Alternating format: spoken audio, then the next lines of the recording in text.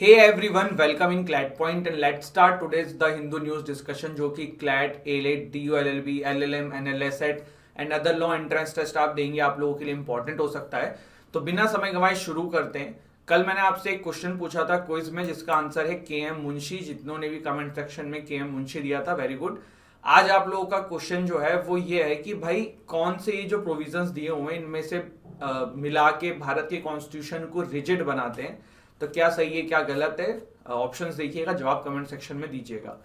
As you know, CLAT point आपको offer करता है CLAT UG, CLAT PG, DULLB, NLSET, AILET UG and PG के कोर्सेज, मॉक्स। आप चाहें तो इनमें इनरोल कर सकते हैं। क्लैट 2022-23 के बैचेस हमारे चल रहे हैं। क्लैट पीजी 2022-23 के बैचेस हमारे चल रहे हैं। DULLB 2022-23 के बैचेस भी हमारे चल रहे हैं, एज वेल एज NLSET 2023 का बैच भी हमारा चल रहा है। इन सभी के डेमो क्लासेस भी हमारे ऐप पे पड़े हुए हैं, डिस्क्रिप्शन से ऐप डाउनलोड कर लीजिएगा या फिर दिए हुए कॉन्टैक्ट नंबर पे भी आप ज्यादा जानकारी के लिए कॉल कर सकते हैं। ऐप पे ही सब्सक्रिप्शन भी लेना है, जो भी कोर्स आपको जिसमें भी इंटरेस्टेड हो। तो आज हमको दो आर्टिकल डिस्कस करने, एक यहाँ पे हेट स्पीच से रिलेटेड आया हुआ है एंड एक द ब्लूप्रिंट। ठीक है, तो इन दोनों आर्टिकल को डिस्कस करेंगे। उससे पहले कुछ न्यूज देख लेते हैं आज की। Loudspeaker removed from religious sites in UP. उत्तर प्रदेश के चीफ मिनिस्टर योगी आदित्यनाथ जी ने आदेश दिए हैं करीबन 10,000 के आसपास जो गलत तरीके से लगाए हुए थे लाउड स्पीकर्स या फिर विदाउट परमिशन लगाए गए थे, उनको हटा दिया गया है रिलीजियस साइट से उत्तर प्रदेश के अंदर। Delhi should be under central government control, ऐसा किसने बोला है? तो भारत के पूर्व सॉलिसिटर जनरल तुषार मेहता जी का ऐसा कहना है कि दिल्ली जो है उसको सेंटर के कंट्रोल में प्रॉपर दे देना चाहिए। ये जो छोटी सी सरकार है इसका कोई काम नहीं है। तो अरविंद केजरीवाल जी के एग्जिस्टेंस पे क्वेश्चन लगाए गए हैं यहाँ पे। इसके अलावा supreme court fixes final sedition hearing on May 5। तो सेडिशन के बारे में कल हमने डिटेल में देखा ही था। अभी इस पे एडिटोरियल्स भी आने वाले हैं तो भी हम इसको डिस्कस करेंगे। बाकी कल मैंने आपको सेडिशन के बारे में बेसिक बता दिया था। सेडिशन जो है वो ब्रिटिशर्स के द्वारा लाया हुआ कानून था। ब्रिटिशर्स चले गए लेकिन ये कानून आज भी भारत में है और ब्रिटिशर्स ने अपने देश से इस कानून को हटा दिया है, लेकिन आज तक हम लोग इसको फॉलो कर रहे हैं। इस पे काफी बार चर्चा भी होती है, ये भी कहा जाता है कि इसको हटा देना चाहिए। लेट्स सी क्या इस पे सुप्रीम कोर्ट फैसला देती है। एक टेक्स्ट वाले पेज में एक आर्टिकल आया है, Indonesia palm oil export ban. ये क्या है गाइस? देखो, पाम ऑयल क्या होता है? खजूर का तेल। ठीक है, अभी क्या हो रहा है ना, इंडोनेशिया के जो पाम ऑयल का एक्सपोर्ट होता था बहुत ज्यादा, वो अब बैन कर दिया गया है इंडोनेशिया के द्वारा। ऐसा क्यों किया गया? क्योंकि इंडोनेशिया के अंदर जो लोग हैं वो पाम ऑयल का ही यूज करते हैं और अब वहां पे इतना तेल नहीं बचा है कि वो सेटिस्फाई कर सकें अपने ही लोगों की जो भी मतलब नीड है। इसीलिए फिर उन्होंने बाहर बेचने की तो बात ही छोड़ दो। तो इंडोनेशिया ने पाम ऑयल को एक्सपोर्ट करना बैन कर दिया है। वर्ल्ड में सबसे ज्यादा पाम ऑयल एक्सपोर्ट करती है Indonesia, then Malaysia, Thailand, Colombia, Nigeria. अब इंडोनेशिया ने जो इतनी ज्यादा करती थी, अगर ये बैन कर देगी तो पूरे विश्व में पाम ऑयल की कमी दिख सकती है। और फिलहाल पाम ऑयल की डिमांड भी बहुत ज्यादा है। इसके पीछे कारण क्या है कि जो अदर तेल जिसका यूज किया जाता है ना, उनका प्रोडक्शन भी बहुत कम हो रहा है। और रशिया यूक्रेन की वजह से ना जो पूरा ट्रेवल रूट है, आपको पता है शिप के थ्रू ही पूरा ट्रेवल रूट चलता है, वो भी बहुत ज्यादा प्रभावित है क्योंकि Black Sea is a very important area जहां से सारी शिप्स गुजरती हैं। भारत जो है वो सफर कर सकता है क्योंकि 99.9% पूरे विश्व में हम ही पाम ऑयल को इंपोर्ट करते हैं। तो यहाँ पे इंडोनेशिया ने भैया देने को मना कर दिया है और भारत सबसे ज्यादा इंपोर्ट करता था, तो ये प्रॉब्लम है। और इसी वजह से आपको ना अभी एडिबल ऑयल के प्राइसेस में राइजिंग दिख रही है। अब आप कहोगे कि सर चलो पाम ऑयल में दिखनी चाहिए ना, और ऑयल्स में क्यों दिख रही है? देखो सिंपल सी बात है, जब किसी चीज की नीड ज्यादा होती है ना, ज्यादा मार्केट में डिमांड होती है, तो सामने वाली पार्टी भी थोड़ा पैसा बढ़ा देते हैं। ऑयल का क्या हो रहा है, ये जो organisation of petroleum exporting countries होती है, ओपेक, ये क्या करते हैं? ये लोग आपस में मिल बैठ के ये देखते हैं कि भैया अभी चलो कुछ प्रॉब्लम चल रही है, रेट बढ़ा दो, रेट घटा दो, अपने हिसाब से करते रहते हैं। तो ये कारण है। तो अब जब पाम ऑयल नहीं मिल रहा है या फिर दूसरे तेल नहीं मिल रहे हैं तो फिर इन तेलों की प्राइसेस जो हैं वो बढ़ जा रही हैं। तो ये चीज यहाँ पे देखने को मिल रहा है। इसके बाद अगला आर्टिकल जो है ना वो है प्रिवेंटिंग हार्म। एडिटोरियल हम डिस्कस कर रहे हैं, this is related to hate speech. तो थोड़ा सा हेट स्पीच वाला ये आर्टिकल देख लेते हैं। The penal provision which relates to this aspect are as follows. Section 153A and 153B of IPC जो है वो पनिश करता है कोई भी ऐसी चीज जो एनिमिटी एंड हेट्रेड क्रिएट कर सकती है दो ग्रुप्स के बीच में। Section 295A of the IPC जो है वो ऐसी चीजों को पनिश करता है जिससे कि रिलीजियस फीलिंग जो है ना वो आउटरेज हो सकती है किसी क्लास ऑफ पर्संस की। Section 505 sub clause 1, 505 sub clause 2 of IPC जो है वो यहाँ पे इस तरीके की चीजों को प्रिवेंट करता है कि कोई भी इस तरीके का कंटेंट सर्कुलेट हो रहा हो जिससे कि डिफरेंट ग्रुप्स के बीच में हेटरेट क्रिएट हो सके, तो वो पनिशेबल ऑफेंस है। Section 8 of representation of people act 1951 जो है वो प्रिवेंट्स करता है किसी भी पर्सन को illegal use of freedom of speech for contesting an election. Mostly ये जो पॉलिटिकल लीडर्स इलेक्शंस के दौरान करते हैं उनके लिए बात हो रही है। Section 123 sub clause 3A and section 125 of RPA जो है it bar the promotion of animosity on the grounds of race, religion, community, caste और language in reference to election and includes in under corrupt electoral practice. अब आप में से काफी सारे लोग ये सोच रहे होंगे कि सर ये इतना सब कुछ बैन है उसके बावजूद भी ये सब तो होता है, हर इलेक्शन में हम सुनते हैं, तो क्या प्रॉब्लम है, क्या दिक्कत है? तो ये कुछ मामले हैं जो चले आ रहे हैं काफी समय से। आईपीसी के हमारे कुछ सेक्शंस हैं जो डायरेक्टली हेट स्पीच को तो नहीं लेकिन इस तरीके की चीजों को प्रोहिबिट करते हैं। हेट स्पीच देखो क्या है, हेट स्पीच का बेसिकली कॉन्सेप्ट ये होता है कुछ भी इस तरीके का एक्सप्रेशन आपके द्वारा जो कि देश के अंदर लोगों के भावनाओं को आहत पहुंचा सकता है। ठीक है, it could be non verbal, it could be verbal, ठीक है। Even pornography is also a kind of hate speech, अगर आप वो शेयर कर रहे हो तो इस तरीके की चीजों को लोगों के अंदर हेट्रेड फैलाना जो है ना वो हेट स्पीच का एग्जाम्पल है। There is no an specific definition of hate speech, ना ही हमारे किसी लॉ के अंदर है, और इसी की काफी समय से डिमांड आती है कि यार हेट स्पीच पे प्रॉपर एक कानून होना चाहिए। अब आप कहोगे कि सर हेट स्पीच क्या होती है? भारत में तो फ्री स्पीच है ना, fundamental right to speech and expression है, but it comes with certain limitation, it comes with certain exceptions. तो आप इसका कोई अनलिमिटेड यूज नहीं कर सकते हो। फिर यहाँ पे देखिए सुप्रीम कोर्ट ने भी हेट स्पीच के ऊपर अपने कंसर्न समय समय पे जाहिर किए हैं। प्रवासी भलाई संगठन versus union of India case 2014 का ये केस था। सुप्रीम कोर्ट ने कहा कि भैया hate speech is an effort to marginalise individual based on their membership in a group. 267th report of law commission भी क्लियर ओपिनियन रखता था कि हेट स्पीच के ऊपर आईपीसी में प्रॉपर कानून आना चाहिए। क्या सजेस्ट कर रहा था? सजेस्ट ये किया था कि 153C डाल दो आईपीसी के अंदर, which prohibit incitement to hatred, and section 505A डाल दो, causing fear, alarm or provocation of violence in certain cases to curb the meanings of hate speech. Despite a draft bill being annexed to the report, none has been presented to parliament so far. ये अभी फिलहाल इसकी position है। इसके अलावा state of Karnataka versus Praveen bhai Togadia 2004 का ये जो केस है, इसमें भी सुप्रीम कोर्ट ने इस तरीके की बातें कही थी, एंड प्रवासी भलाई संगठन वाला तो मैंने आपको बता ही दिया है। तो ये बात है। Amish Devgan versus union of India, it's a recent case of 2020। Supreme court held that the hate speech has no redeeming or legitimate purpose other than hatred towards a particular group. तो ये बात यहाँ पे 2020 में देखी गई थी। अब ये देखो, एक ग्रुप ना कोई जरूरी नहीं है कि कोई एक पर्टिकुलर रिलीजन हो, ये अलग अलग तरीके के रिलीजन हो सकते हैं, ये अलग अलग तरीके की कास्ट पे हो सकता है, ये अलग अलग प्रति के रीजन्स के प्रति हो सकता है। तो ये चीज अपने जो हेट स्पीच और इसको है ना सिर्फ एक रिलीजन बेसिस पे मत देख के चलना, इसको थोड़ा ब्रॉड एंगल में देखो कि ये हर तरफ हो सकता है और इस पर रोक लगाने की कितनी जरूरत है।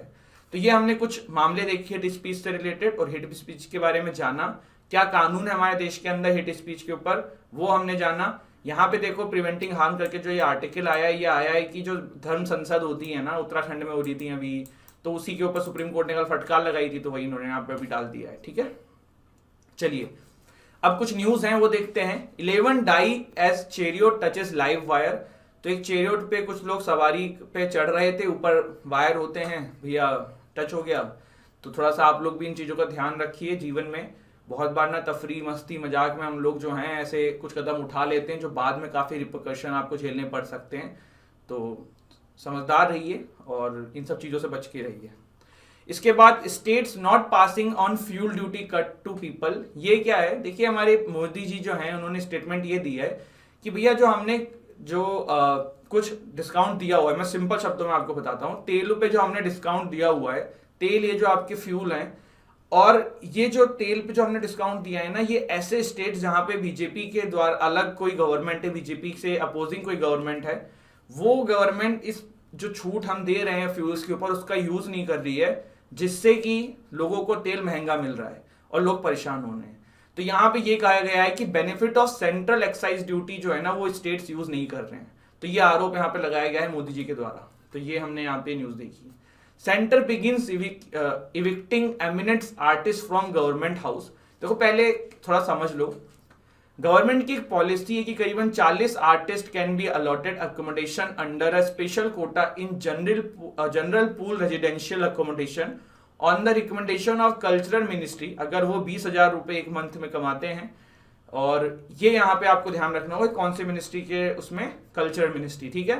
तो आप समझ गए कि काफी सारे जो एमिनेंट आर्टिस्ट थे, पद्मश्री एंड एक्सेट्रा एक्सेट्रा, उनको जो है दिल्ली में घर एलोकेट हुए थे। बट 2014 में काफी सारे लोगों का समय पूरा हो गया था, उनको हटाने की बात हुई थी, लेकिन तब से कोई घर खाली नहीं कर रहा था। तो अब कुछ इस तरीके से जबरदस्ती निकाला गया है। तो यही यहाँ पे न्यूज है। ये आपके सामने फोटो में जो है वो 90 ईयर के ओडिसी डांसर हैं। Delhi government panel to ease norms to boost cloud kitchen segment. अभी ये न्यूज आपके लिए इंपॉर्टेंट नहीं है, थोड़ा सा क्लाउड किचन का बेसिक आइडिया आपको देना चाह रहा था, इसलिए मैंने ले लिया है। क्लाउड किचन बेसिकली होता क्या है? देखो क्लाउड किचन का बेसिक पर्पस ये कि मान लो हम दिल्ली में हैं, ठीक है, दिल्ली के सेंटर में मैंने किचन खोल दिया है और अब मुझे दिल्ली के कहीं से भी कोई ऑर्डर आए ना, तो मेरा मेन जो काम है ना वो इस सेंट्रल किचन से ही हो रहा है और यहीं से चीजें डिलीवर हो रही हैं। बड़ी बड़ी जो फ्रेंचाइजी होती है ना वो क्लाउड किचन का यूज करती हैं, जिससे कि एक जगह से सब जगह डिलीवरी हो जाए और अलग अलग जगहों पे दुकानें खोल के, पहली चीज तो आप अलग अलग दुकानों पे खोलोगे, आपको क्वालिटी इंश्योर नहीं कर पाओगे, एक ही जगह बनेगी क्वालिटी इंश्योर हो जाएगी। दूसरा कि पैसे कम लगेंगे, लागत कम लगेगी। तीसरा प्रॉपर तरीके से काम हो सकता है। तो ये चीज यहाँ पे है, तो उसी को बढ़ाने की दिल्ली गवर्नमेंट बात कर रही है। Archaeology museum in Andhra Pradesh to display 400 artefacts.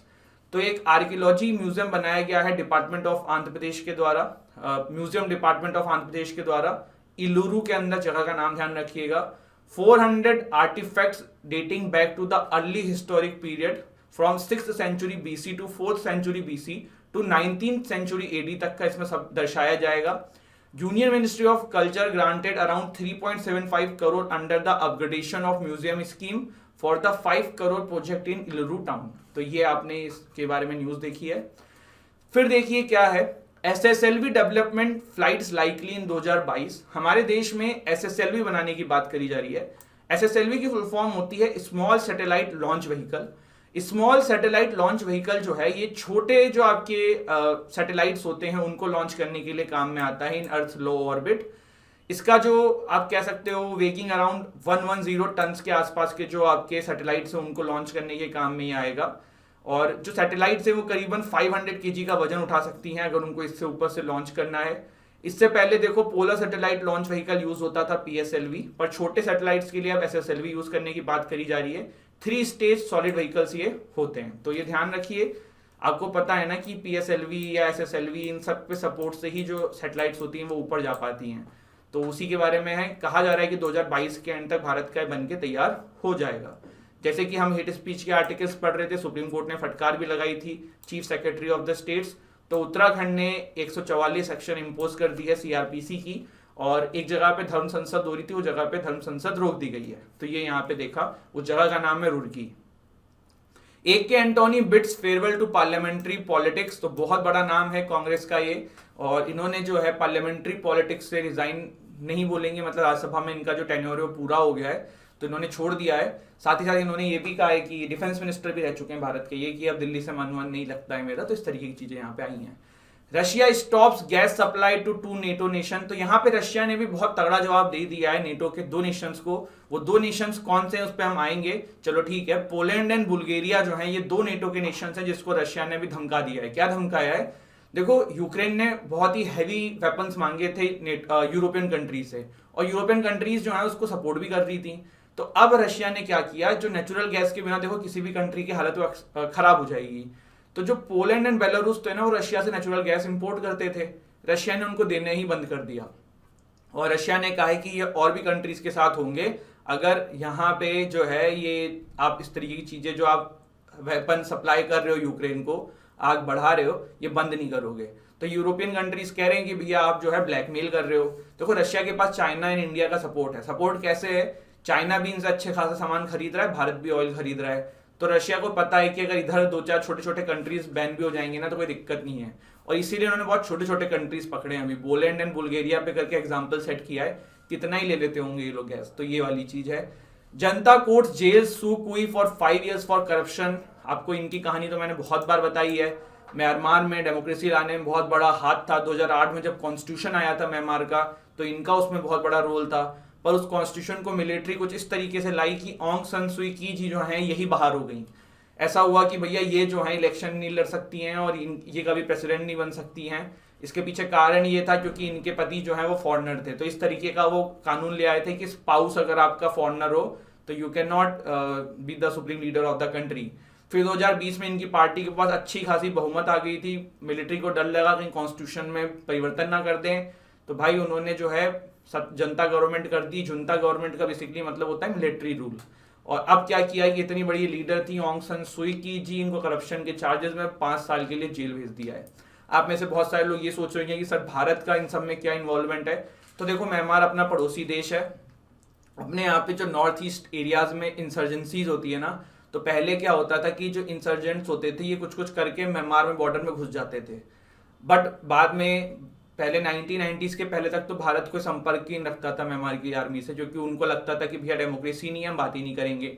90s के बाद हमने रिलेशन बिल्ड करने शुरू किए, तब उनके आर्मी ने हमारा मदद करना शुरू किया और फिर इंसर्जेंसीज पे काफी रोक लगाई, क्योंकि वो अपने बॉर्डर पे हमारी मदद करते हैं। तो भारत नीड देयर आर्मी का सपोर्ट, तो इसलिए भारत डायरेक्टली कुछ कहता नहीं है, बट भारत ने हमेशा ये कहा है कि डेमोक्रेसी को लाया जाए। इस तरीके के जो हमारे ट्विस्टेड एंड टर्न स्टेटमेंट्स होती है वो हम देते रहते हैं। China reports first human case of H3N8 bird flu. जो कहीं ना देखा वो चाइना में देखा है ना, तो यही होता है। अब भाई बर्ड फ्लू जो है वो पहला केस देखने को मिल चुका है, किसमें, ह्यूमन के अंदर। कहाँ पे, of course none other than the great China.